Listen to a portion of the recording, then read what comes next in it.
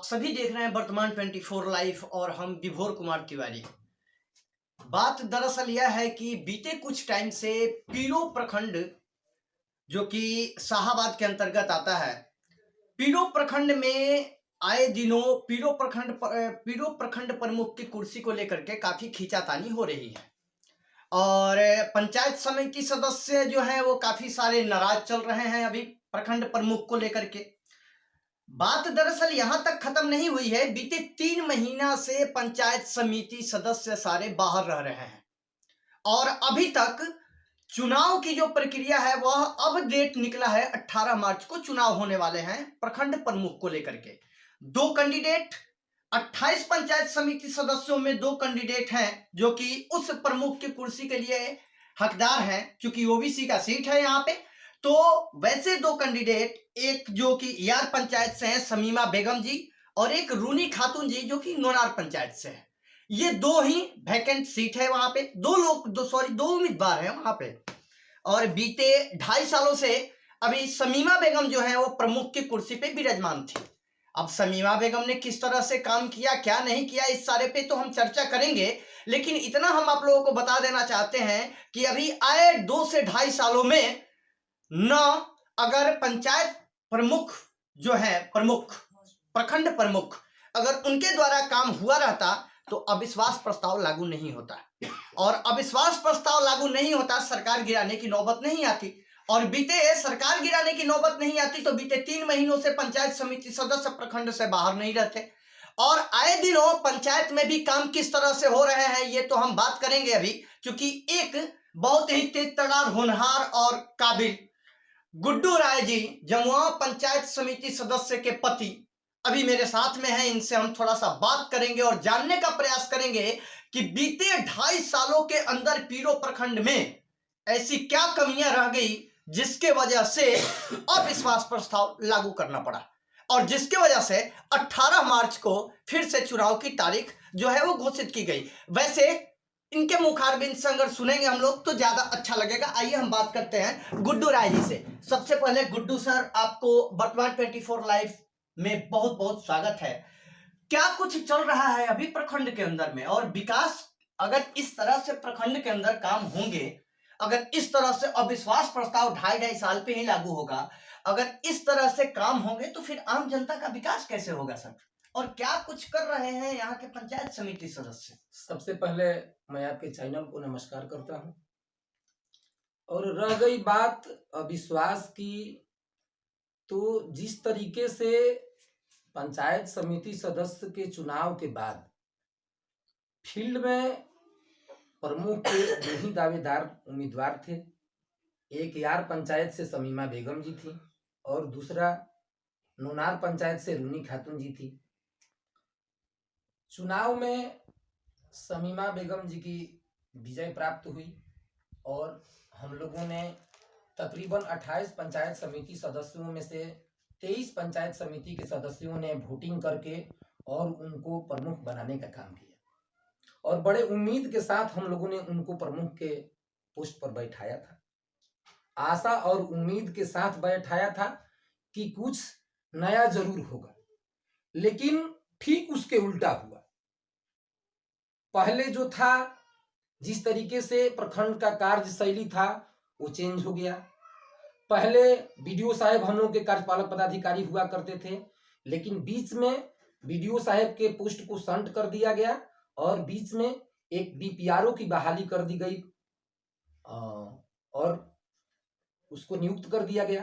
अच्छा, सुनने में ये भी आ रहा है कि जो प्रखंड प्रमुख हैं वह मतलब देख करके और क्या कहते हैं इसको, क्या कहेंगे कि सोच सोच करके फंडिंग देना पंचायतों में और वैसे पंचायत समिति को इग्नोर करके चलना जो पंचायत समिति उनके काम नहीं आ सकती हैं। क्या ऐसा भी कुछ हो रहा था क्या? बिल्कुल सही बात है, ऐसा बहुत कुछ हुआ है। जैसे बहुत सारे ऐसे पंचायत हैं जो योजनाओं से वंचित रह गए, जिसमें अभी भी 5 पंचायत हैं।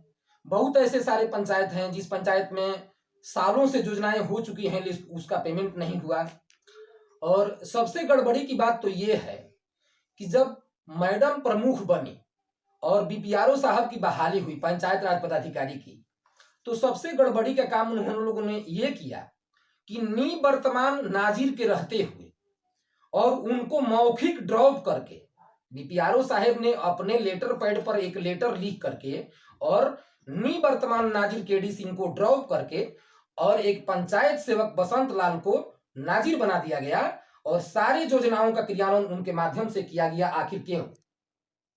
दूसरी बात रही कि बैठक के बीच में योजनाएं पारित होती है और तब जाकर के पंचायतों में योजनाएं खोली जाती है, लेकिन यहां पर यह भी गड़बड़ी हुआ है कि बैठक नहीं हुआ है और संपुष्टि लेटर निकाल करके हम लोग संपुष्टि पेपर निकाल करके हम लोग जब देखे तो बैठक नहीं हुआ है और मैडम के लेटर पैड पर योजना पारित करके और पंचायतों में योजनाएं खोल दी गई है। और सबसे ज्यादा योजना यार पंचायत में खोला गया, बराव पंचायत में खोला गया। क्या बाकी पंचायत समिति सदस्यों ने वोटिंग उनको नहीं किया था? बाकी पंचायत समिति सदस्यों की योजनाओं की जरूरत नहीं है? बाकी पंचायत समिति सदस्य जो अपने पंचायत में चुनाव जीत करके आए हैं वो विकास करने के लिए नहीं आए हैं? सभी विकास करने के लिए आए हैं, लेकिन पंचायत समिति सदस्यों के साथ उनके प्रतिष्ठा के साथ हनन किया गया। रह गई दूसरी बात कि पहले सिस्टम के हिसाब से जो लगता था, मैडम के प्रमुख बनने के बाद में अलग से उनके पति ने और मैडम ने 5% कमीशन पंचायत समिति सदस्यों से जबरदस्ती वसूलने का काम किया है। ये तो बहुत बड़ा इल्जाम सर आप मतलब लगा रहे हैं। इल्जाम नहीं लगा रहे हैं, हम लोगों ने खुद दिया है 5%। जी बिल्कुल, अभी भी प्रूफ है मेरे पास। हम लोग के योजना में से जो पेमेंट हुआ है उसमें से 5% जबरदस्ती कमीशन काटा गया है। ये एक लेटेस्ट अप टू डेट आप लोगों को दे रहे हैं हम अपने चैनल के माध्यम से कि पीरो प्रखंड के प्रखंड प्रमुख जो हैं, जो पहले थी शमीमा बेगम जी, उनके द्वारा पंचायत समिति सदस्यों से जबरन वसूले जाते थे 5% टैक्स। ये सारी चीजें जो है अब और भी और पर्दा खोलते हैं। सर आखिर क्या कारण है कि उन्हीं के साथ कंधे से कंधे मिलाकर चलने वाले उप प्रमुख माननीय अरुण सर, उनकी कुर्सी 3 बार से वैसी ही है, वो 3 बार से अभी तक उप प्रमुख की कुर्सी पे विराजमान है, और ऐसा क्या कारण हुआ कि शमीमा बेगम जी जो है अविश्वास प्रस्ताव लाना पड़ा? देखिए, समस्या ये है कि हम लोग पिछले रीजन से 2016 से हम और अरुण जी, मेरी पत्नी रूबी कुमारी पंचायत समिति की सदस्य है, मैं उनका प्रतिनिधि हूँ, और हमारे उप प्रमुख अरुण जी वो पिछले रीजन में भी 2016 से मेरे साथ हैं। 2016 में भी हम लोगों ने उनको एक बार उप प्रमुख बनाने का काम किया था, और फिर दोबारा 2021 में हम लोगों ने फिर उनको दोबारा उप प्रमुख बनाने का काम किया, और फिर 2024 में तीसरे बार उप प्रमुख के पोस्ट पर इसलिए उनको उप प्रमुख हम लोग बनाए क्योंकि वैसे व्यक्ति हैं जो हर समिति के साथ कंधे से कंधे मिलाकर चलने का काम करते हैं और सबके दुख सुख में हर वक्त काम आने का काम करते हैं। इसलिए हम लोगों ने उनको तीसरे बार प्रमुख बनाने का काम किया। अच्छा, बीते 2.5 सालों में जमुआव पंचायत के अंदर कुछ पंचायत समिति के द्वारा कार्य हुए कि नहीं सर? देखिए, वैसे मैडम के माध्यम से प्रमुख बनने के बाद में हमको नया योजना एक भी नहीं दिया गया। पिछले रीजन का 8 योजना हमारा लोड था, जिसमें से 4 योजना हमारा डिलीट करवा दिया गया सिस्टम के माध्यम से। ये भी एक बड़ी चीज, और वो उन लोगों को पता नहीं था मेरा 4 योजना बच गया, ये चीज उन लोगों को पता नहीं था, नहीं तो वो भी डिलीट करवा देते। वो चारों योजनाएं जो बच गई थी वही काम हुआ। बाद में जब हमने जिला में लेटर दिया तो जिला से हमें पता चला कि नहीं, जमुआव पंचायत में अभी भी 4 योजनाएं जिंदा है। वो आप योजनाएं, किसी का क्षमता नहीं है कटवाने का, वो योजनाएं आप करवा सकते हैं। तो 4 योजनाएं हमने करवाया है, जिसमें से 2 योजना हमारे अभिकर्ता, एक तो वैसे व्यक्ति को अभिकर्ता बना दिया गया जिसका नाम है सुमित, जो बीसीओ के पोस्ट पर है, बगैर हम लोगों से पूछे हुए, बगैर अभिकर्ता से पूछे हुए और बगैर पंचायत के जनप्रतिनिधि से पूछे हुए किसी को भी अभिकर्ता बना दिया जाता है कमीशन लेने के लिए। और आज तक वो अभिकर्ता साइड पर नहीं आया। कार्य पूर्ण है लेकिन उसका पेमेंट नहीं हुआ है आज तक। 4 योजना जमुआव पंचायत में हुआ है, जिसमें से 3 योजना पीसीसी ढलाई है और 1 योजना आरसीसी नाला निर्माण है। अभी भी हमको सुनने में आ रहा है सर कि पीरो प्रखंड के अंदर बहुत सारे ऐसे पंचायत समिति हैं जिनका काम हो गया है और उनका पैसा अभी तक नहीं आया है, न भी बुक हुआ है न। इसलिए नहीं आया है कि मैडम का क्या नाम था सीधा सा कि अगर हमको आप लोग वोटिंग कीजिएगा तो हम पेमेंट करेंगे, वोटिंग नहीं कीजिएगा तो पेमेंट नहीं करेंगे। मैडम उनको कुर्सी से बेदखल किया। क्या लग रहा है कि जिस तरह से 28 साल में माननीय प्रमुख जी शमीमा बेगम जो हैं उनकी कुर्सी चली गई, अब तो लग रहा है कि पहली बार वो जीत करके हमको लगता है कि आई थी ब्लॉक में, अब तो लग रहा है कि उनका राजनीतिक करियर भी अब तो उनका राजनीतिक पतन हो जाएगा ना। पहले से भी उनका कोई अपना सामाजिक पहचान नहीं था। सामाजिक पहचान बनाने वाले हमारे 22-23 पंचायत समिति के सदस्यों ने उनको अपना पहचान दे करके उनको प्रमुख बनाया था। कहाँ जाएगी हवा में, क्योंकि जनता के सामने जब हम लोग वोटिंग चुनाव में जाते हैं तो हाथ जोड़ करके जाते हैं और वही जनता हाथ फैला करके जनप्रतिनिधि बनाती है। लेकिन वही जनता जिस दिन हाथ फैला देती है वो व्यक्ति कितना गहराई में जाता है अंदर उसको पता नहीं चलता है।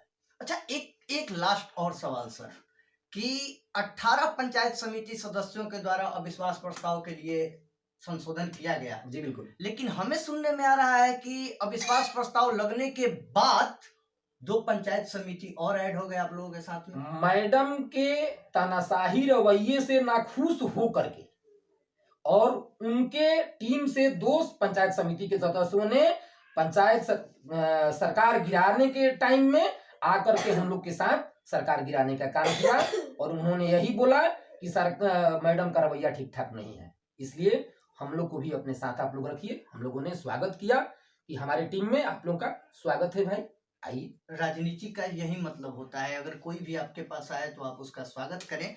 ये आप लोग सुन सकते हैं। तो पीरो प्रखंड में अभी बहुत सारी खलबली है। पीरो प्रखंड में आए दिनों जिस तरह से पंचायत समिति सदस्यों के साथ जबरदस्ती किया जा रहा है, फंडिंग नहीं दिया जा रहा है, फंडिंग दिया भी जा रहा है, योजनाएं अपलोड भी हो रही हैं, फिर भी मेंबी बुक नहीं किया जा रहा है, जिस वजह से पंचायत समिति सदस्य काफी खफा है।